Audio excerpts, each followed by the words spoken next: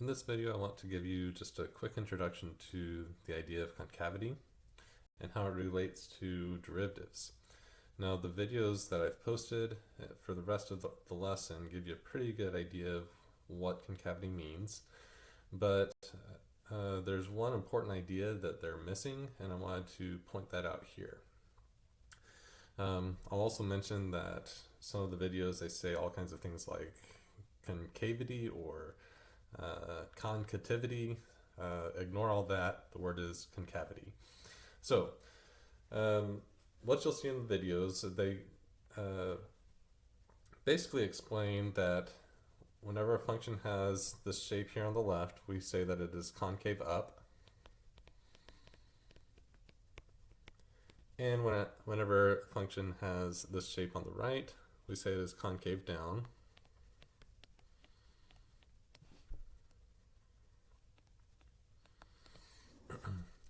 And that's fine.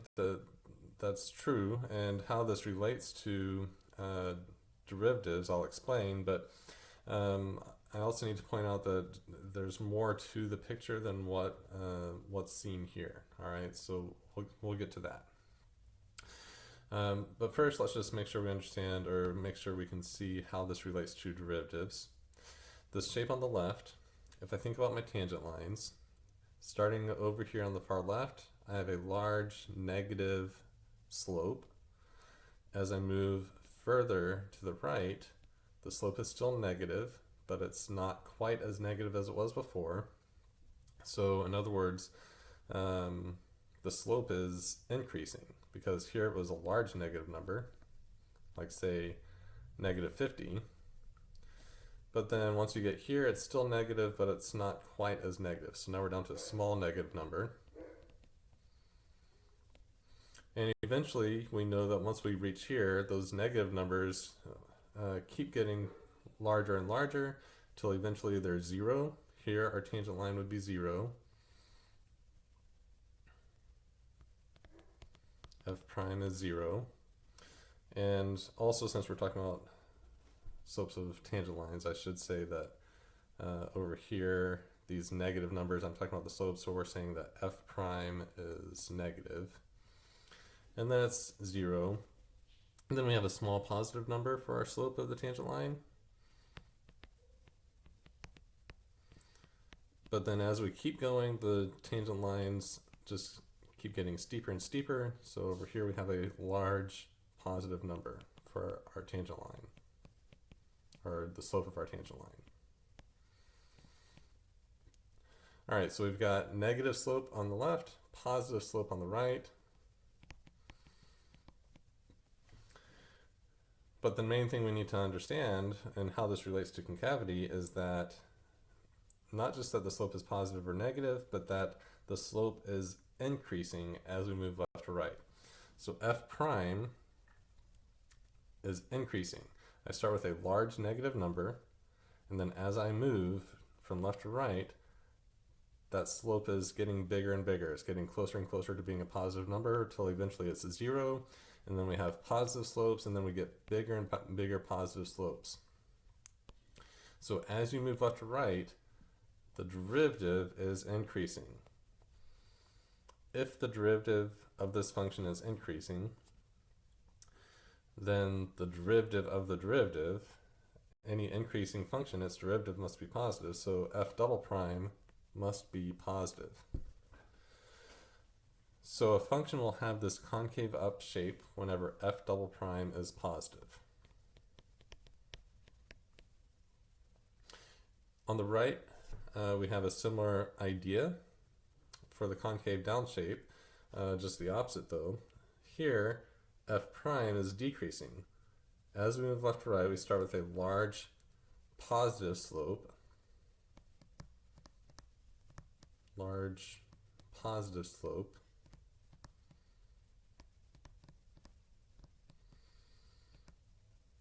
But then as you move, same idea, it's a smaller positive slope, then the slope is 0, then the slope is a negative number. The slope is decreasing as we go. Then it's a larger negative number. So as you move left to right, the slope is decreasing, or f prime is decreasing. If f prime is decreasing, then f prime, whatever that function is, its derivative must be negative, because we know a decreasing function has a negative derivative. So that means f double prime must be negative. So whenever a function has this concave down shape, we know that f double prime is less than 0. Okay. Now, what you'll be seeing in the next few videos, there's going to be all kinds of interesting things that we can do with concavity. For example, if I know that there's a point where my function's slope is 0, and I know that it's concave down at that point, then I know that that point must be a max. Okay?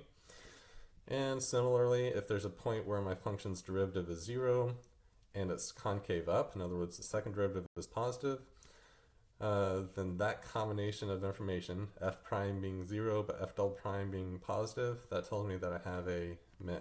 All right, that'll be an important concept in the next few videos. This also lets us kind of know what the shape of a graph is. Okay, and before we've talked about how a function can be increasing or decreasing. Now we can be even more specific. We can say like a function is increasing and it's concave up. Not only am I telling you that it's getting bigger as you move left to right, but I have a shape to the curve. It's this concave up shape. Or I could say it's increasing and concave down. And this is actually the point that they're leaving out in all the videos that I have posted and the rest of this lesson. Something you need to understand is that this entire shape on the left, this kind of, it looks kind of like a parabola almost. That type of U shape in a graph, every piece of that U shape is considered to be concave up. Not just the entire U shape, but if I break this thing in half, anywhere along this curve, f double prime is going to be a positive number. So if I just look at the left half of this curve, the left half of this curve still is considered to be a concave up, have a concave up shape. The right half of the curve is considered to have a concave up shape. Same thing on this next graph. If I break this thing in half, everything on the left half of that curve is still considered to have a concave down shape. Everything on the right half of that curve is considered to have a concave down shape. I'll explain that in a little bit more detail on the next slide. And once we do that, we'll be able to see how all of this relates to one of the fundamental questions that I asked you guys at the very beginning of the semester. All right, so we'll get to that next. All right, so I've taken those concave up and concave down shapes from the previous slide and broken them into 4 pieces. And remember, as I was saying on the previous slide, each piece here is considered to have either a concave up or concave down shape. So this very first piece on the far left, even though it's decreasing, it has a concave up shape to it. All right, so we have an interesting combination of things happening here. The function itself is decreasing because as I move left to right, the y values are getting lower, but it's also decreasing in a certain way. It's decreasing but concave up. If we look at all the rest of these pieces, we can see what combination is happening.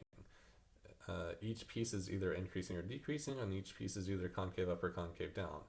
And each combination gives us a slightly different shape. So this next piece is increasing.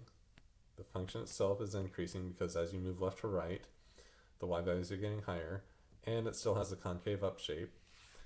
And then this third piece is increasing because as you move left to right, the y values are getting higher, but now it has a concave down shape.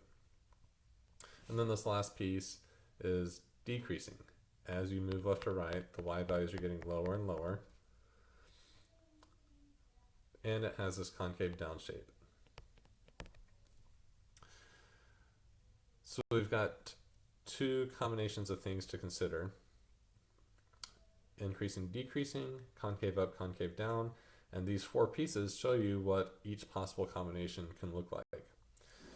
So we have decreasing, concave up. Now let's write this in terms of derivative. If it's decreasing, we know that the derivative must be negative. Whenever the derivative of a function is negative, the function is decreasing. But it's concave up, so in this case, the second derivative will be positive, as we discussed on the previous slide. The next piece is increasing. If a function is increasing, we know that its derivative is positive, and we also know that if a function is concave up, its second derivative must be positive. So here we have f prime is positive and f double prime is positive. Okay, on the third piece, you can kind of guess what's happening here. In terms of f prime and f double prime, we know that f prime is positive because the function is increasing. We know that f double prime is negative because the function is concave down. And then this last piece gives us the last possible combination. Decreasing means the derivative must be negative, but concave down also means that the second derivative must be negative. All right, so these four pieces here tell us basically the building blocks of any function you might want to graph. All right, so if I tell you over some interval, like say from 1 to 3, a function is increasing and concave up, then you know exactly what shape the function should have and how it should be behaving on the interval.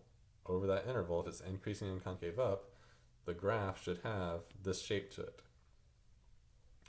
If I tell you that a function is increasing and concave down over some interval, then over that interval you know exactly what the graph should look like. It should have this shape to it, increasing and concave down. So you'll use this in some of your homework questions. We'll give you information about the first and second derivative, where the derivative is positive or negative, where the second derivative is positive or negative, and you'll use that information to figure out what the graph looks like. We've already done this throughout the semester with increasing, decreasing. Now we have one extra piece of information that we can throw in there, not just increasing, decreasing, but concave up or concave down. On the next slide, I'll show you a quick example. Up in the top left, I have a repeat of what I was saying on the previous slide about the four basic shapes our graphs will have: decreasing, concave up, increasing, concave up, and so on. Now in this example, I want to show you how we can use this information to piece together a rough sketch of a graph based on what we know about the derivative and the second derivative. You'll see another video with a similar example, but I wanted to just give you a basic example here as well, just to solidify what we've been talking about. So we're going to sketch the graph of a continuous function that satisfies all of the following criteria. F prime is positive from negative infinity up to 2, and f prime is negative from 2 to infinity. Now, right off the bat, that tells us where our function that we're trying to graph is increasing or decreasing. So we know that our function is increasing from negative infinity up to 2, and our function is decreasing from 2 to infinity. So we've done graphs like this before already. This is just kind of a checklist of things that our graph has to satisfy. So we're going to draw a graph that's increasing and decreasing on the appropriate intervals, but we have a little bit more information that we have to satisfy along the way. We know that the function, its second derivative must be positive from negative infinity to negative 1 to infinity. So second derivative tells us about concavity. That tells me that our function has to be concave up if the second derivative is positive. And the second derivative is negative from negative infinity up to negative 1. So there our function is concave down. So let's piece all of this together. And let's focus first on increasing, decreasing. All right, so what I like to do on my graph is let's just kind of label what's happening down below. So from negative infinity up to 2, So all of this portion of the graph over here up to 2, the function should be increasing. And from 2 to infinity, the function should be decreasing. Okay, so again, we know the basic shape. It should be getting higher as you move left to right, and then it should be getting lower as you move left to right. But we know more than that. We know more than just increasing, decreasing. We also have information about concavity. All right, so let's also label that down below the graph. So for concavity, we know that from -1 to infinity, so from -1 on to infinity, this function should have a concave up shape. And from -infinity up to -1, it should be concave down. So from -infinity up to -1, on that interval, the graph should be concave down.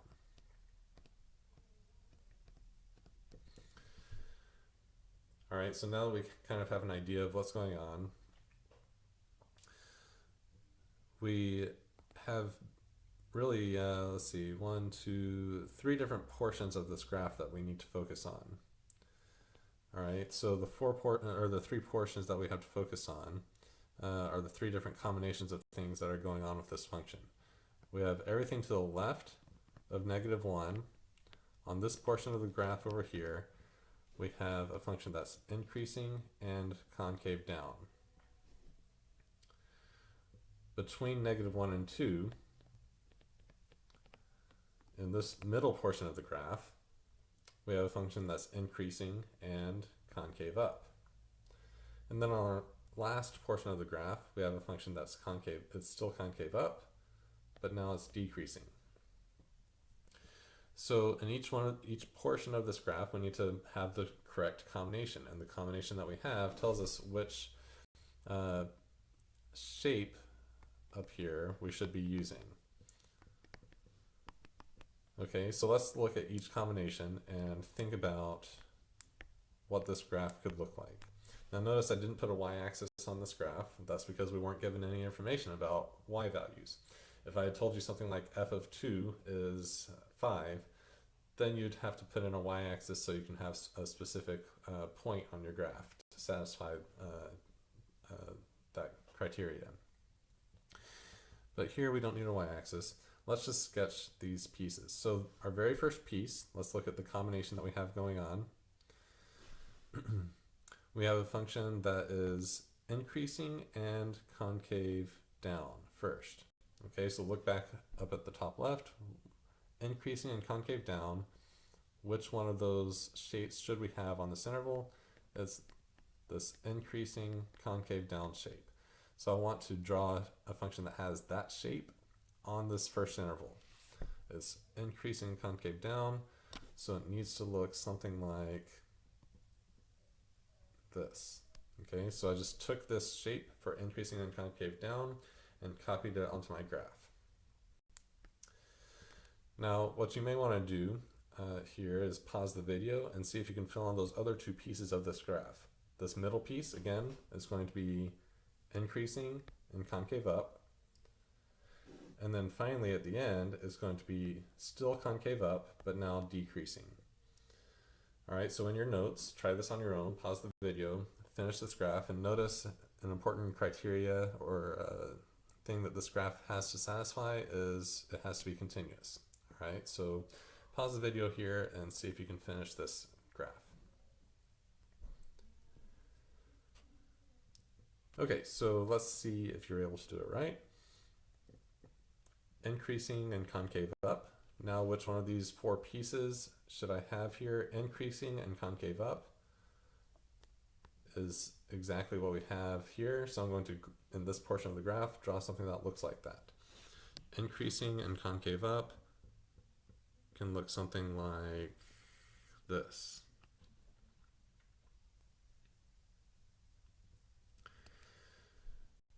Okay.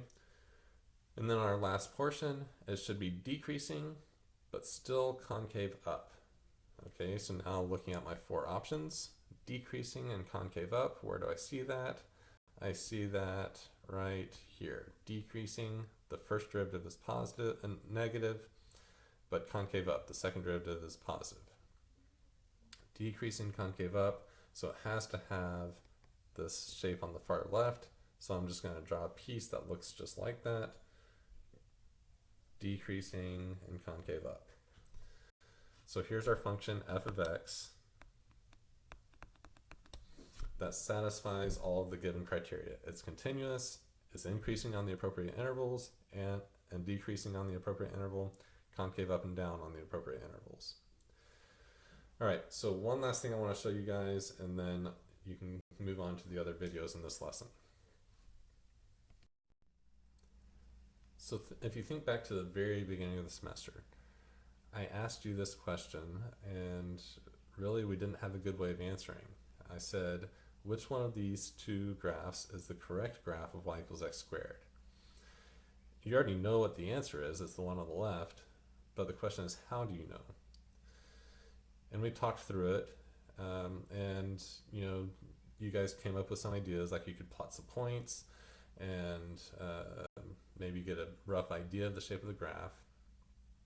But no matter how many points you plot, maybe I could draw something that hits all those points but still has a little extra wiggle going on in between those points. How do I know that y equals x squared doesn't have that extra wiggling going on between the points that I plot? At the time, we couldn't answer. We said, really, we just believe it's the one on the left because that's what our algebra teacher taught us years ago. But now, finally, we can answer this concretely with what we've learned in calculus. What's the difference between these two functions in terms of what we've been talking about in this video? Pause the video and think about this for yourself. See if you can answer this question now based on the idea of concavity. All right, so let's see if you were able to come up with the right idea. How do you know which one of these is the correct graph? Well, let's think about concavity. If I'm going to talk about concavity, then I need the second derivative. Y prime is 2x, y double prime is just 2. Now the important thing about y double prime here is that 2, in this case, no matter what x is, 2 will always be positive.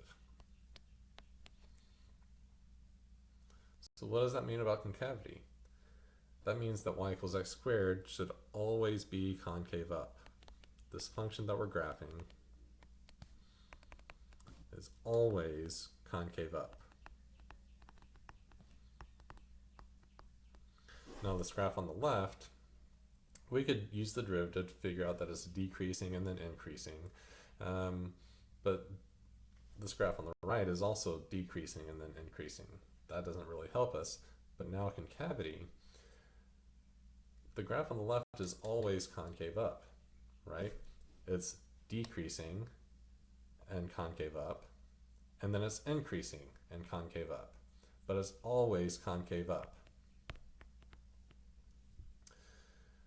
But the graph on the right keeps switching concavity. It still is decreasing first and then increasing on the right half, but the concavity keeps changing. There's these points where the concavity changes. So for example, here to the left of this, the graph has a concave up shape, but then to the right of it, the graph has a concave down shape. And then concavity switches again to concave up. Now it has a concave up shape. And then it switches again and has a concave down shape. Every time concavity changes, these things are called inflection points. You'll see more about those in the coming videos. And then the function has a concave up shape again. And then it still has a concave up shape, but then somewhere around here it switches and it's concave down for a while. And then switches again and it's concave up for a while. And then switches again, concave down for a while, switches again, and concave up. So this graph on the right, I know it can't be the graph of y equals x squared because I know that y equals x squared must always be concave up. This function on the right keeps switching concavity, so it can't be the function, the graph of y equals x squared. All right, so this kind of confirms for us what we already knew because we trusted our algebra teachers. We know that the graph of y equals x squared should have this shape. But now we can kind of prove it using what we've learned in calculus.